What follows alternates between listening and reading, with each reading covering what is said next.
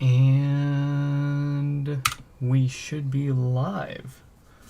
Welcome back, everybody, to another live stream repair. We've got 4 HomePods that showed up today that we need to get fixed up. And then we've also got 3 from yesterday that we need to wrap up. So we're going to take care of the 3 stragglers from yesterday. Just a reminder, we've got Lewis is here with some dirty bass. We've got Sherman. Sherman, I think, has an issue with the logic board. We've got another one that we're going to replace their logic board with and do everything else on it. Just take it apart and make sure that everything looks good inside. Give it a new power diode. You know the deal. And then we've also got Coles that needed a new amp with some pretty catastrophic damage that we saw yesterday. So let's get ready and kick things off. It's going to be a good stream. Wife picked up some acai for me, so we'll be all right. Now, at the end of yesterday's stream, we looked at Lewis's. Actually, let me go ahead and let them know that we are getting it fixed now before we start. Perfect. We've already got their email up.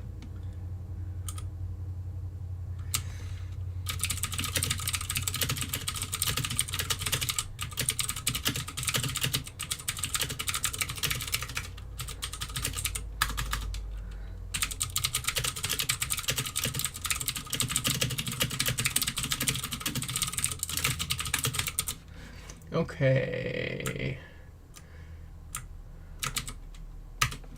So, Lewis here reached out to us originally saying that their daughter dropped their HomePod. It still powers up and works, however the bass sound trembles when it's loud.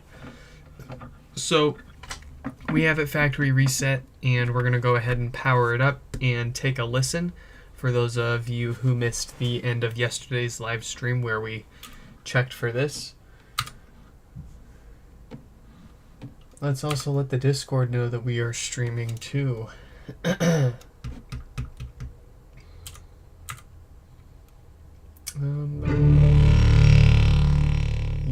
that sounds pretty gnarly.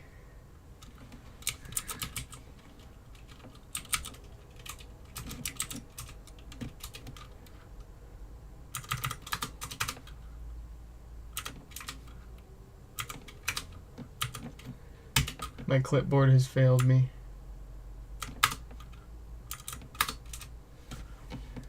There we go. Someone DM'd me on Discord too. Boot loop seems to have fixed itself. Let's see. I have a feeling this is going to be just something from pure chance, but let's see. Somebody shared a Reddit link with me. I guess we'll go ahead and put it up on the screen. Boot loop. There we go. So here's what we've got.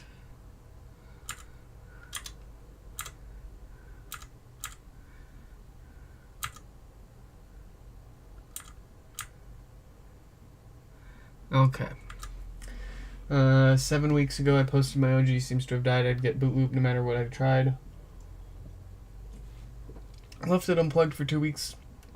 Tried it again. Still stuck. 5 weeks after that I decided why not give it another shot. And was able to connect to it. Before the previous days, the previous logs are showing as 1969-12-31. So this will happen when the when it's turning on after it's lost all its power. If it doesn't know what time it is, of course, when it creates logs before it gets the current time, it's going to default to the earliest. I think that's the earliest unit. Yeah, right before Unix epoch. So I don't think that the HomePod clock was far off, which is what caused it. I just think that was while it was probably during a normal boot up and it had forgotten the time and generated a log file during that time. So not impossible that this issue in particular for this person had something to do with like the date or time or timing with when they plugged it back in. Not impossible, but I feel like it's unlikely. Okay. Oh, hey Brandon, welcome to the stream. Hey Stan, welcome. Brandon asked, were you able to get your fiber repaired? We're still waiting. Supposedly they are going to be here tomorrow to get it fixed. I'll believe it when it happens. But on the Comcast, so I've got 2 internet connections to my house now. I've got the Quantum Fiber, which is like 950 up and down symmetrical over fiber, of course. And then I've got Comcast, which is still over copper coax. And I get 1200 down, 40 up with Comcast. The problem with my Comcast, the upload speed is perfectly sufficient even for a 4K 30 stream like we do. But for the past few months, I've just had nothing but issues having a reliable stream. We'd see anywhere from like 5 to 10% upwards of 75 to 80% of our packets being dropped on their way to YouTube. So, I got pretty frustrated with that, and timing-wise, things ended up being pretty perfect. Quantum ended up rolling out fiber near my area, so I signed up for it. Getting the Quantum fiber service is a whole nother story. That was its own little fustercluck, but we got the service, and lasted for a month before the garbage truck ripped the line off the pole and destroyed it. So but the Comcast, I had one of my friends over a few days ago. I think he's got one of those, like, I think it's called a Quam device, but it basically is like a portable modem, and he's able to connect into my home wiring and see, troubleshoot a lot more than your average tech. Especially anybody over the phone is going to be able to troubleshoot with at Comcast. So everything that he was able to see actually checked out, with a few exceptions. But we corrected those exceptions, and yesterday, unfortunately, that none of that helps, because we ended up dropping upwards of 75% of our packs on yesterday's stream. So I let him know. I was like, hey, Sunday when you were over, our test stream was absolutely perfect, but today's stream was horrible. And he actually took another look, and turns out there's a whole buttload of noise coming from one of my neighbors, and it's basically just absolutely destroying my upstream connection. So they're going to be here also hopefully soon to, if they didn't already, to get that fixed. And we'll have finally not 1 but 2 rock solid stable internet connections.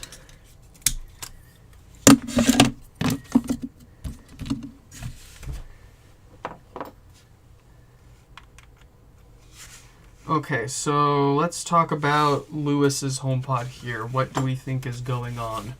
Well, we know that it was dropped. They told us.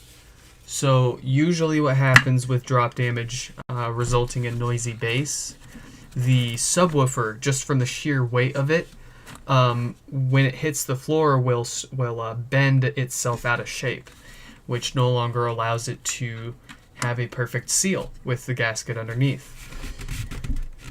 Which, of course, results in air escaping and passing through as the woofer works, which results in that nasty sounding bass that we heard when we powered this up earlier. So there's two options. We always try the cheapest option, so long as it is going to give us as long of a lasting repair as all the other options. But the first option is just smacking the subwoofer back straight together. See if that, we'll see how bent it is. And if we can bend it back into shape, then we'll go with that. And then they won't have to pay for a replacement subwoofer. If they are particular, like they're like, no, I don't care if you can bend it back straight. I really want you to replace it anyways. Some people are really particular about that. Some people don't care as long as it works. They're fine with it, and they know that it's going to work just as good. But some people are particular. So if they insist on a replacement woofer, or if we're not able to get this straight enough to seal perfectly again, then we do have a few more subs that we can replace it with. I usually charge an extra $20 if the subwoofer needs to be replaced, which I think is a hell of a deal. You can't even buy there's somebody on AliExpress, I think it's like India AliExpress, that was selling these subwoofers, and I think they were selling them for like $25-30, not including shipping. So $20 plus me putting it in there for you, and I'll give you a warranty on it too. I call it the 6 to 12. So this only applies to US customers, of course. If you're international, you've got to cover shipping, no exceptions. But for US folks, first 6 months, if any of my parts or work fails, then I cover shipping and repairs. 6 months up to a year, if any of that fails. If you cover shipping, I'll still cover the repairs for you. I'm that confident in the repairs that we do lasting, and that confident in the in knowing what's causing the issues.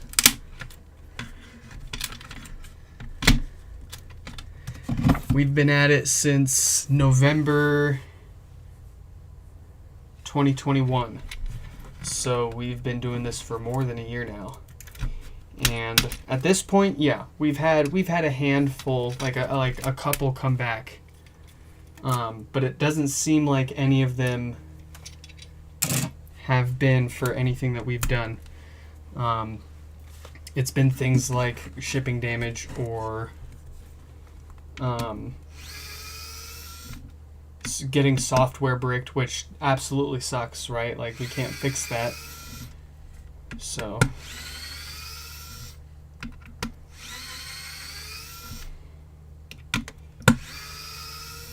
is a bend in the subwoofer physically detectable? Let me see if I understand how you're asking that question. It is, let's say, like, if you're just going by feel, I don't know if you'd be able to find it. You'd need some sort of reference visually. So, like, and this is all we do, is we just look around. Look around the edge of the woofer here, and you can see right here, there's our bend.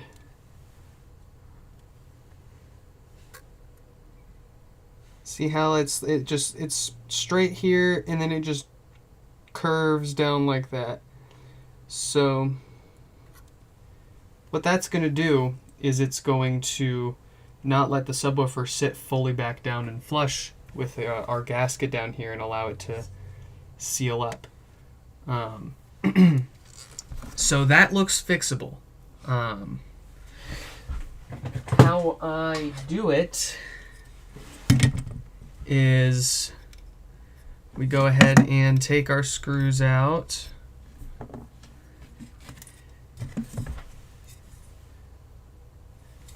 And we get ourselves a couple of spare sacrificial plastic rings from old homepods. We're going to take one of them, and we're going to pop it center and over the speaker cone here. So that way we can set this down on the floor and smack the other side of this here where it's bent back flat without also smashing the speaker into the floor. And then we're going to take the other one here and we're just going to pop that onto the other side. And what that's going to do is, of course, we're going to take a metal hammer to this, and we don't want to, we want to try to not scratch and dent up this as much as possible while we flatten it. So I'd rather beat up a couple of plastic rings to get a subwoofer straightened out than make the subwoofer look ugly, especially if somebody has the chance of taking this apart in the future and reusing the speaker where it's going to be visually exposed. So that's what we would do.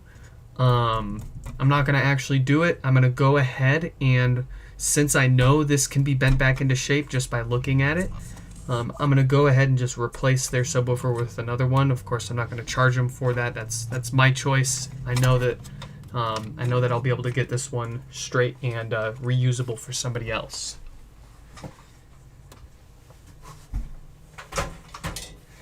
Okay. So we know why the bass sounds awful. We're going to go ahead and continue tearing this down so we can get to the amplifier. And we're going to do a little bit of maintenance since we've got it here and we've got it apart. Make people's money a little more worth it. And especially with all original parts in here, we don't want possibly a diode in there that has a date code that we know fails. So we're going to get this apart. We're going to give it a new Schottky barrier diode, and then we're going to check that it still powers on, see if it's got any DC offset, or rather, we can see here our diode has a date code of 1720K, so that's quite an old one. Very old. Week 20 of year 2017 for that one. So I'm actually going to check it for DC offset now, so that way when we go to replace the Schottky barrier diode, we can replace the caps while we're on the roll. Oops, forgot a logic board. Okay.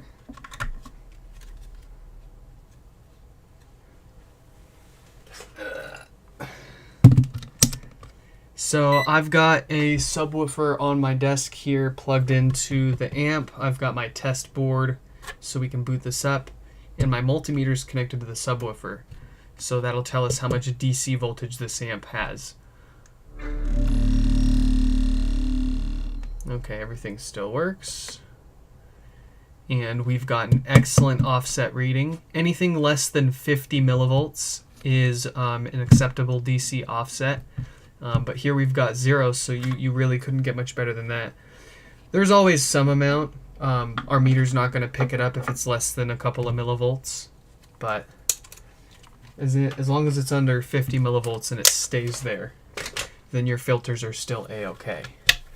And you can just leave them alone. If they're still working just fine, there's no reason to replace them.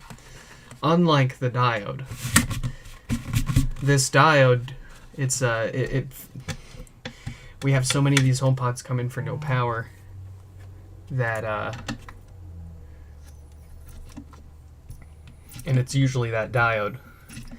And granted, still we've only seen ones with certain date codes failing.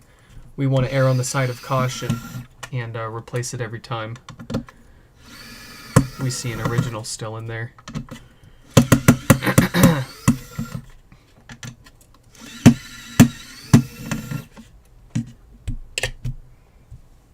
I heard your interview with David. Really? Oh, thank you. Yeah, it was really cool getting interviewed by those guys. They're pretty cool to talk with, and they seemed genuinely interested in what I was doing and not just trying to trying to pump out another article, you know?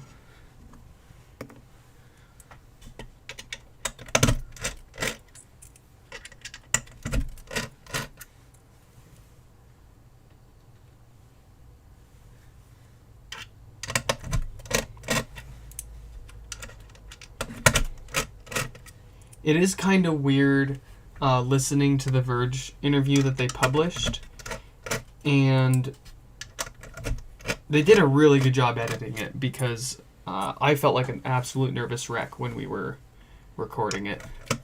But also, it's kind of weird because they've got a completely different person talking than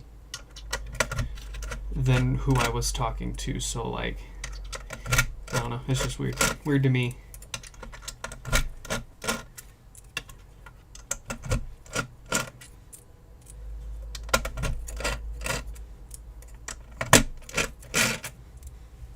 Or at least in the beginning part, they had like somebody else talking, or they made it sound like, you know what I'm saying. It was a pretty good interview.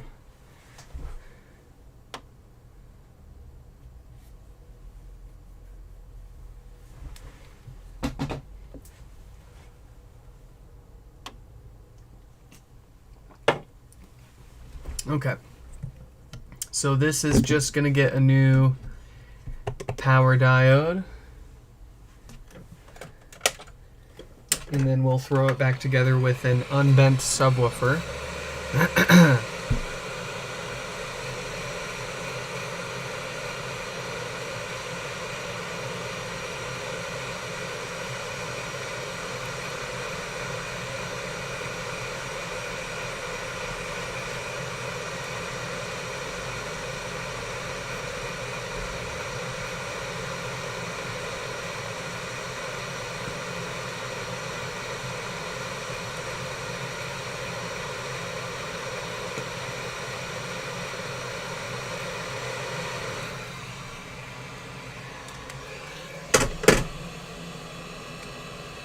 Okay.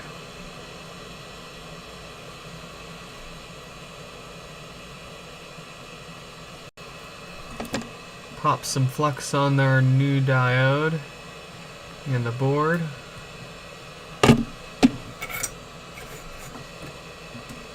Give it some fresh solder.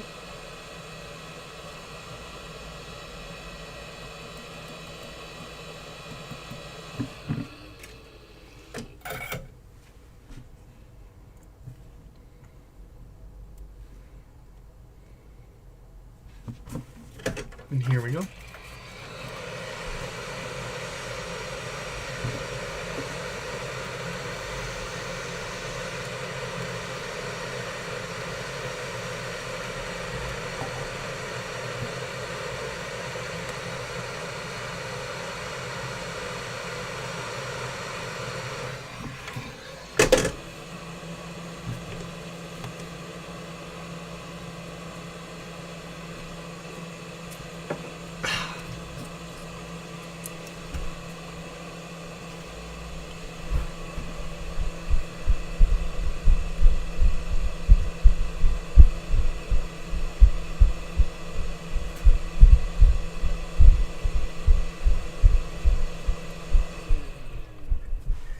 Okay.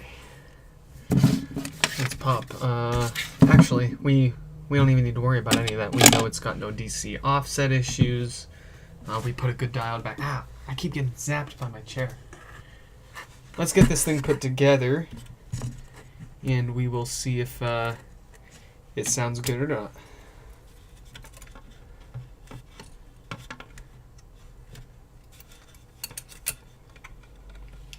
Bum ba bum.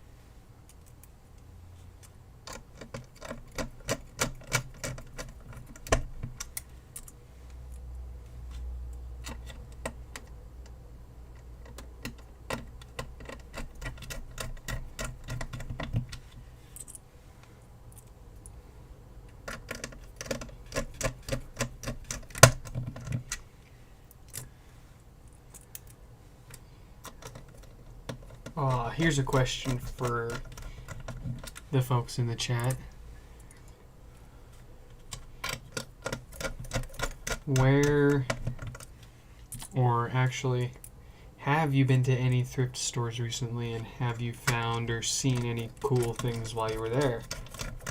I was just at Goodwill this last weekend and snagged a TP-Link smart power surge protector with each outlet remotely controllable and two 5-volt 2.4 amp USB ports, 2.4 amps each at that, which I really liked. Tickled my pickle, and it was only $8.99.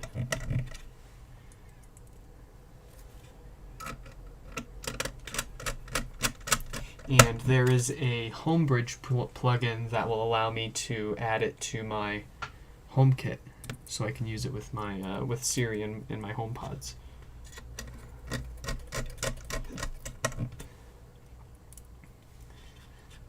That's actually like the most exciting thing I've found at my Goodwill the past few months. They reorganized both the Seattle and the Bellevue stores, and then seems like they've been catching a lot more of the good stuff and throwing it up onto their auction site online. Not nearly as many good things in store, cool finds in the store anymore.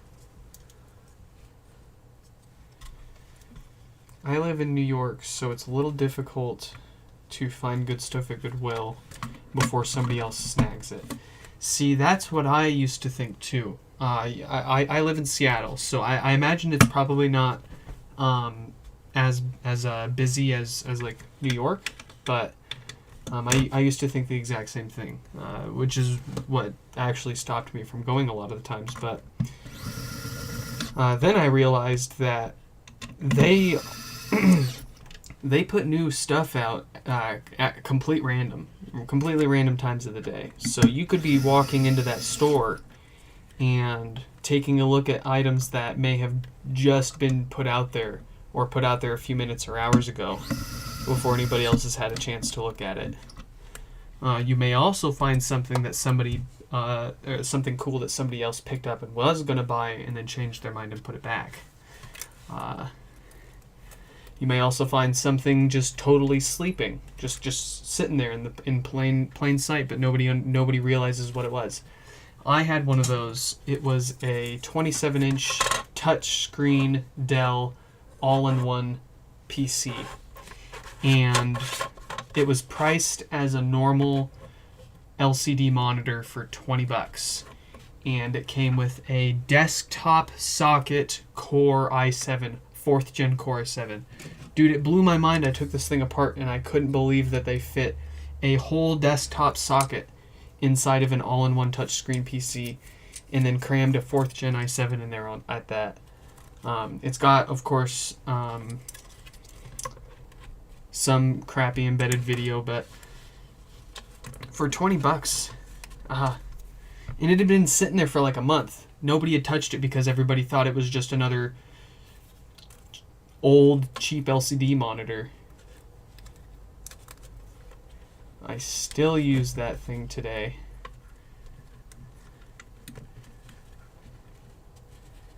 I actually recently called a few local shops inquiring about HomePods.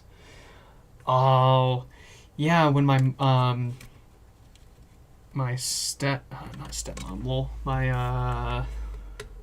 mother-in-law was visiting us, she was telling me that she would see HomePods all the time at the thrift stores that were near her.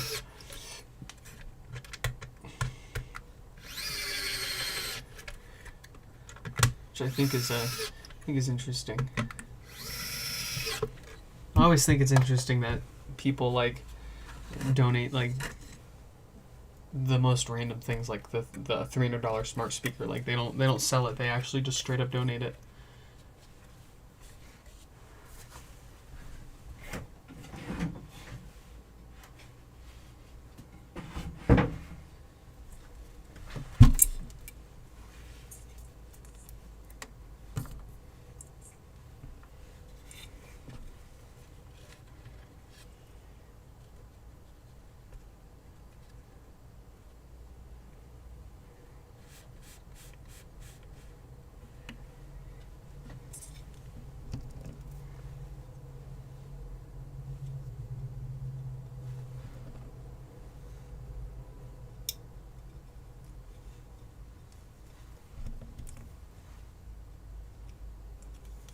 Okay, we've got another woofer here. This one is not bent, so it should seal nice when we put it in, and their problem should be gone. And then we'll be able to bend their old woofer back into shape and reuse it for another person in need of a bass speaker.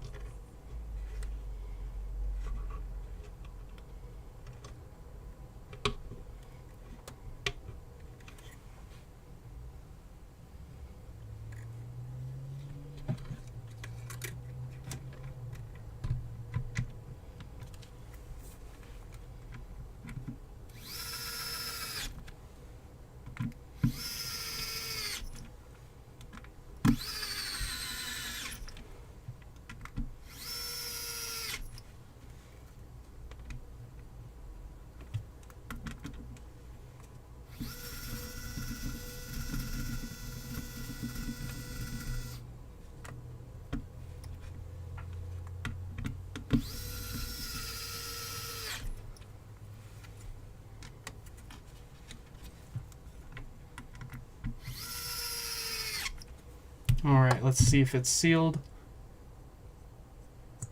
Yep, sounds perfectly sealed, so let's get this together.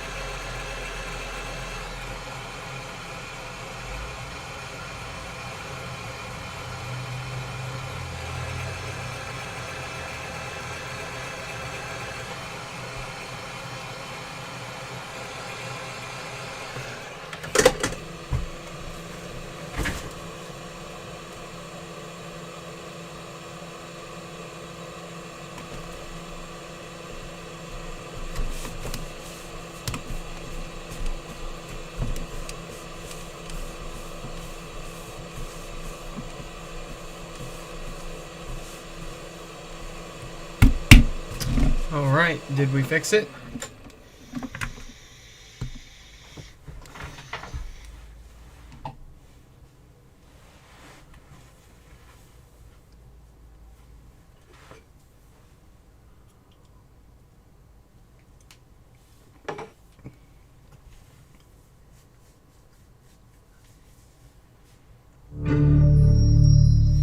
Beautiful. All right, Lewis is all good to go.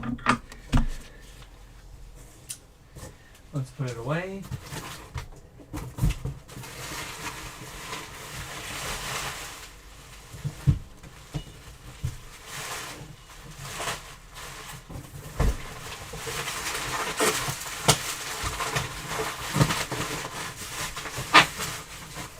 Okay, so next let's take a look at Coles.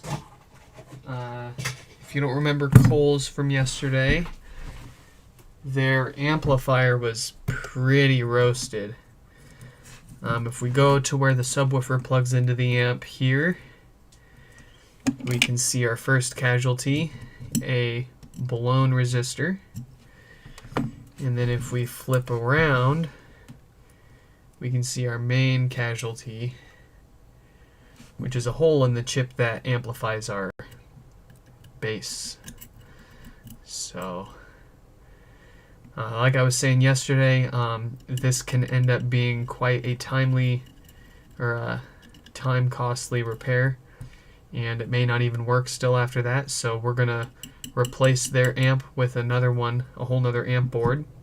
We're going to give it a new power diode, and we're just going to check and make sure that it doesn't have any other issues, and then we'll get Cole's HomePod back together.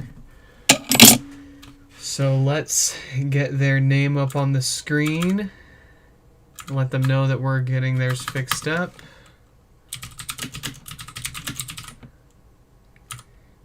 There we go. Where are ya? Let's see. Emails from Cole. Okay.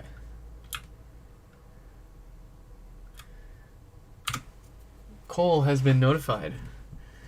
So, yeah, we're going to try to get that board replaced so somebody else can use it someday in the near future.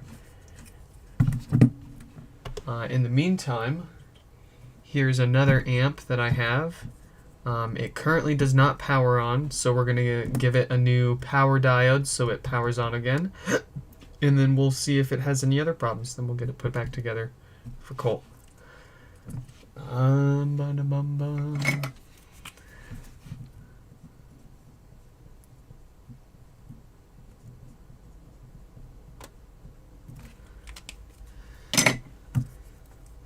Put that up for now. We'll get to that one day.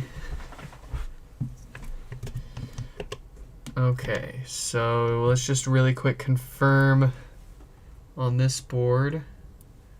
We've got a diode with a date code of 1748K, and it is a dead diode. So all this board should need is a new diode, like many other no power pods, and it should be a perfectly reusable amp again. And we'll put Cole's HomePod together.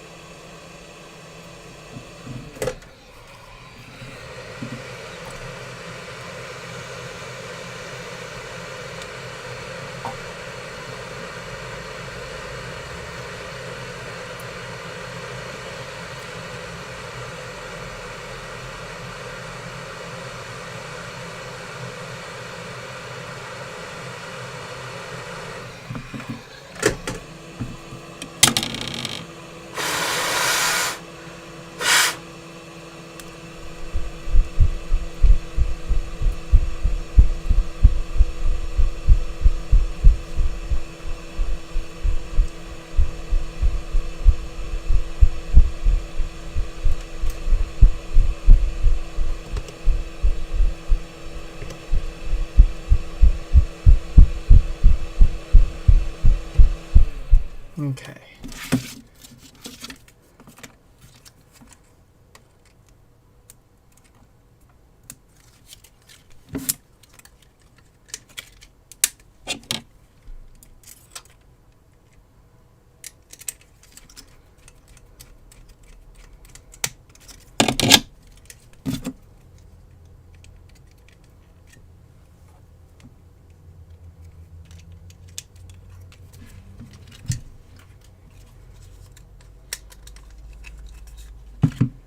Would you consider a good price? What would you consider a good price to purchase a defective HomePod on eBay? I would say no more than about $100, including shipping. I try not to pay more than $100.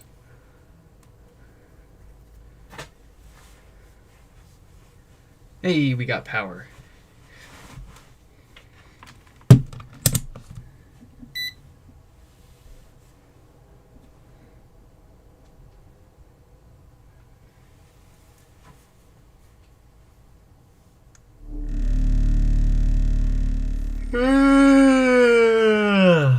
Okay, so we've got power, we've got base, and we've only got around 9 millivolts of offset with all of that said. So this amp is in perfectly good shape. Let's get Cole's HomePod put back together with it, and we'll see what we've got next.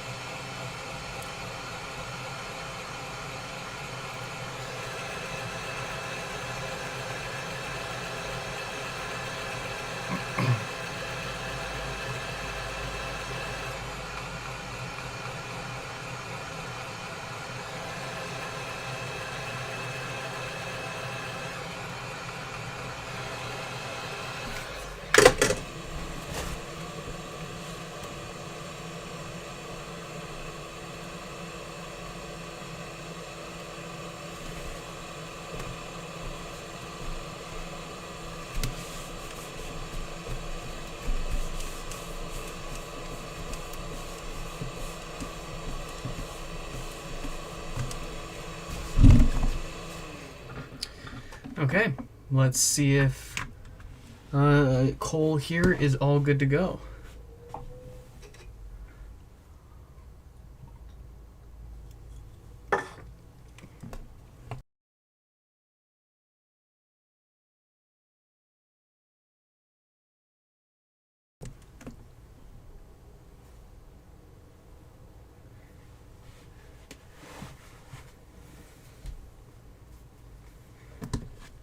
I'm having trouble connecting to the internet. Very good. I'm having trouble.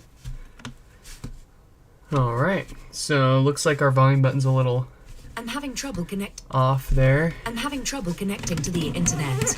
For more info, check the home.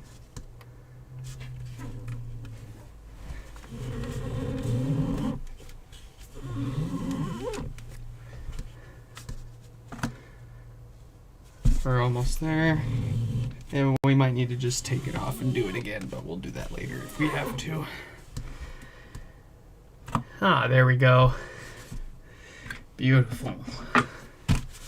Okay. Cole is good to go.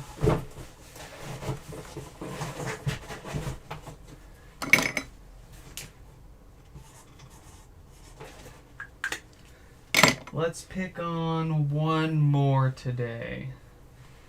Let's see. Ah, who is this one from? This one's got no power. Let's see. Oh. This one's from Abby.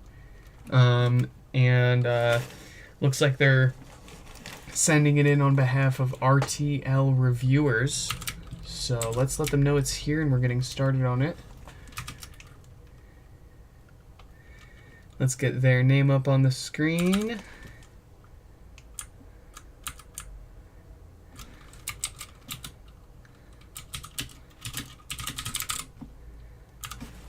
Reset our status. Zoom back out. Yada yada. Okay. So we've got Abby's HomePod, I believe on behalf of RTL Reviewers. It's got no power. So let's get this opened up and take a look. I think this will be the last one that we get to tonight as well.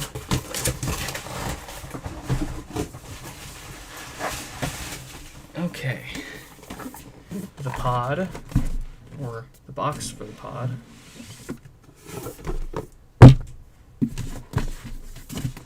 Ooh, looks like my bit rate's taking a hit here. Bear with me. Okay.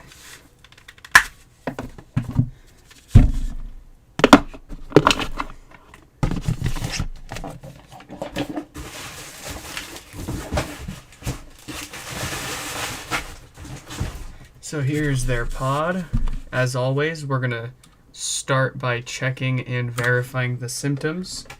Here's a known good power cable. We'll go ahead and plug that in, wait a few seconds, and then tap the top a few times, see if it shows anything. Even if it's just like a really quick boot loop where it goes away after a second, we want to see that. But we can confirm there's no power, no lights, or nothing, no matter how much we touch this. If we look at our kilowatt meter, we're pulling about 4 to 3 watts of power right now. So that tells us we've got most likely the most common failure mode that most of these HomePods have, which is that diode that you see us fail all of the time, that we replace all the time on the amps. So let's get this apart. Let's see if it's another case of a dead diode, and go from there.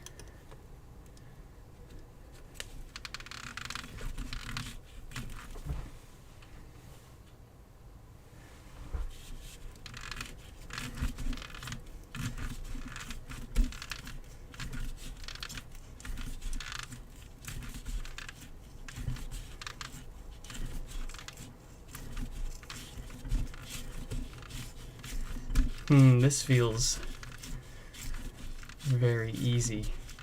Like, it doesn't feel like anybody's taken this apart before, but it's definitely on the easier side of touch panels that we've removed in the past.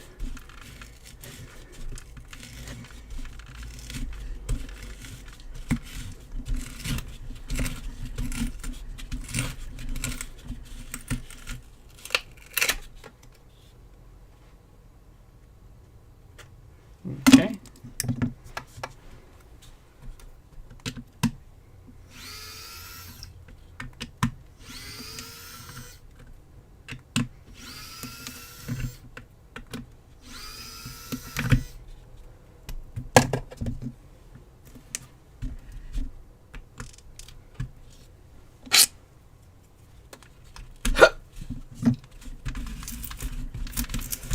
Let's get this display out.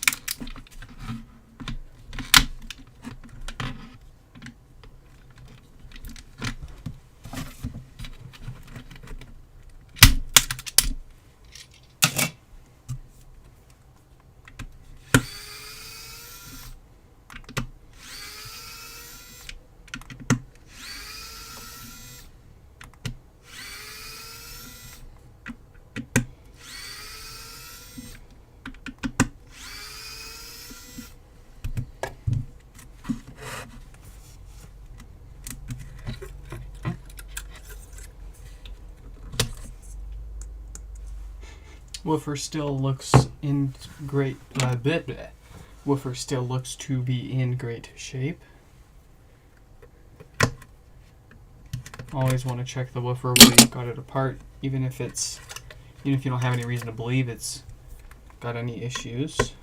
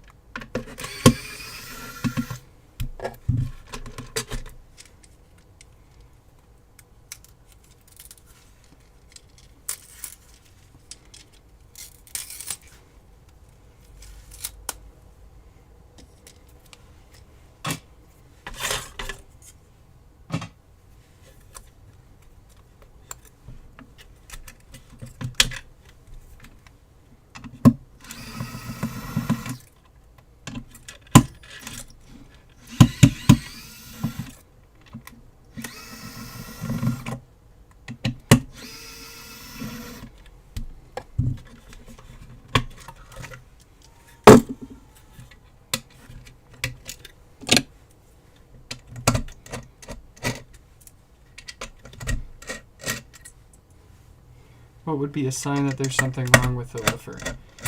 If the voice coil looks toasted, kind of like that, that's what it should look like, and that's what it should not look like. If it smells toasted, or if it doesn't feel smooth and quiet when you're pushing the cone in,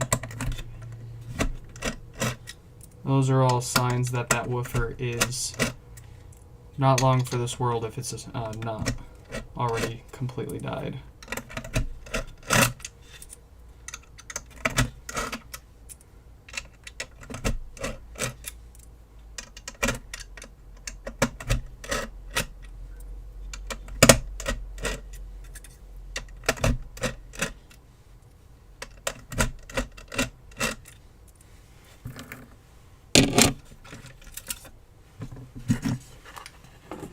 Alright, we are in it.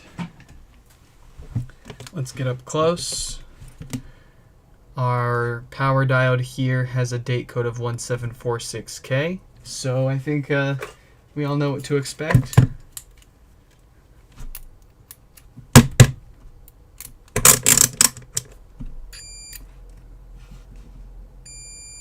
Yep, that diode is dead. That is the most likely source of our no power issue. So let's get it replaced with another brand new diode.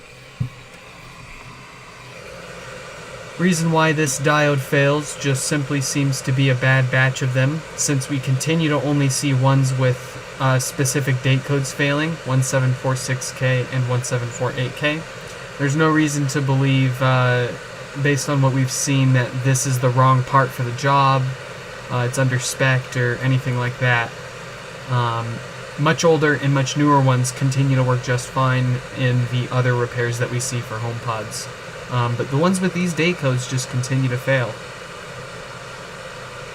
And unfortunately, there's no way to tell just by the serial number of the HomePod whether you've got one of these bad diodes waiting to fail or not.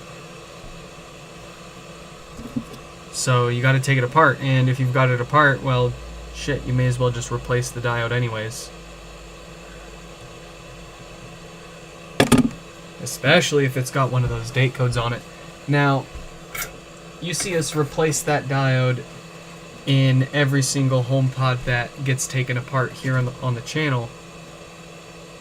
But that's more of a preemptive measure, so even if the date code on their old diode is outside of the range that normally fails, we just go ahead and replace it anyways. It's only an extra minute or so of our time and only an extra $1 in parts. It's worth it for the extra little peace of mind that it gives us and the customer, of course. You can explain it to them all day that it's only a certain range of these failing, but it's still going to make them feel better if you replace it anyways, even if it's not part of that bad range. In this case, however, it was definitely dead and it needed to be replaced. And it had the diode, or the date code that we always see.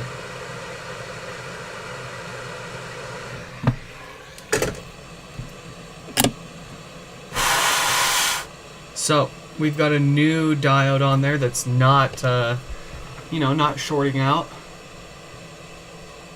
We're going to give this board a chance to cool off, and then we will see if it powers on. Of course, we're not just checking to see that it powers on, we're also checking to see if it has sound still, and we want to see if it has any DC offset, which is a sign that the filters are starting to go bad.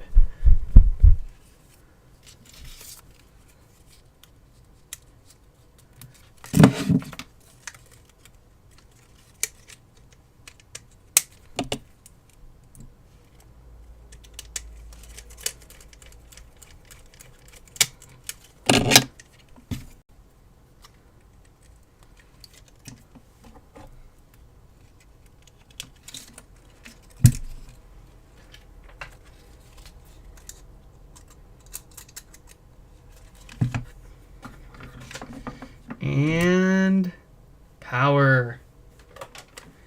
Here's a multimeter so we can check its offset when it finishes turning on.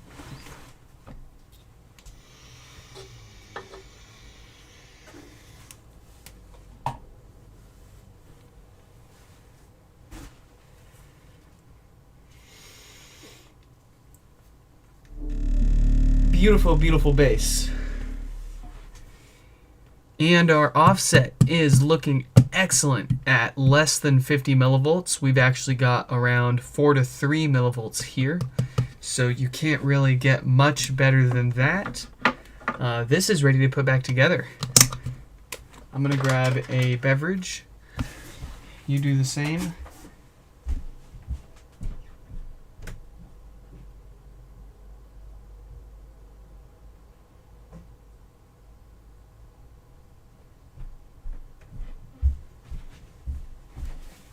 Okay.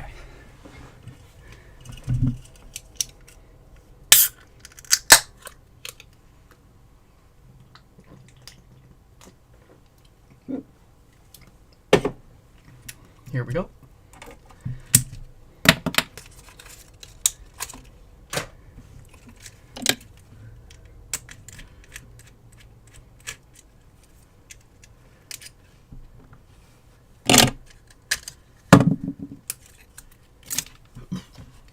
Excuse me.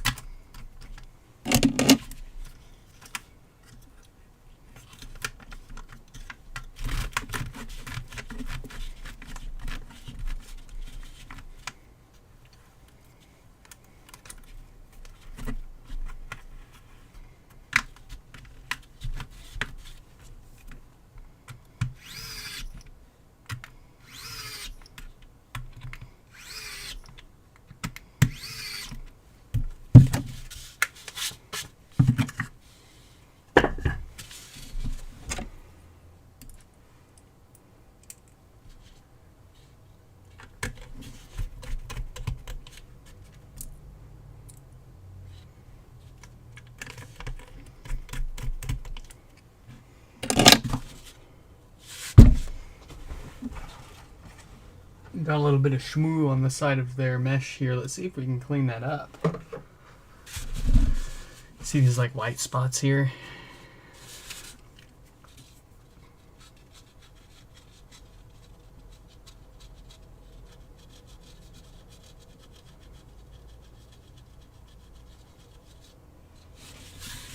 Yeah, that's cleaning up nice actually.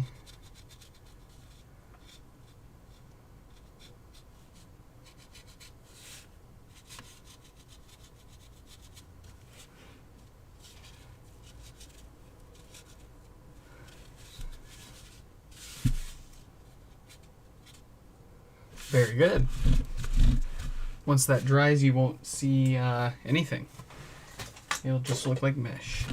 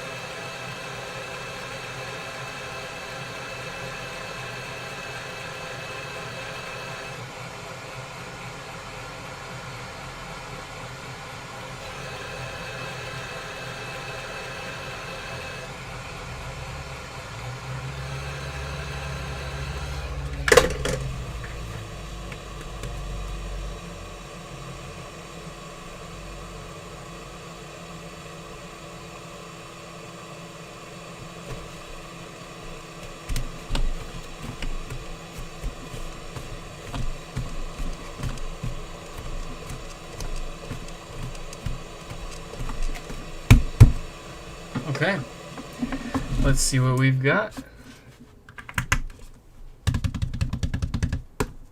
We've got power.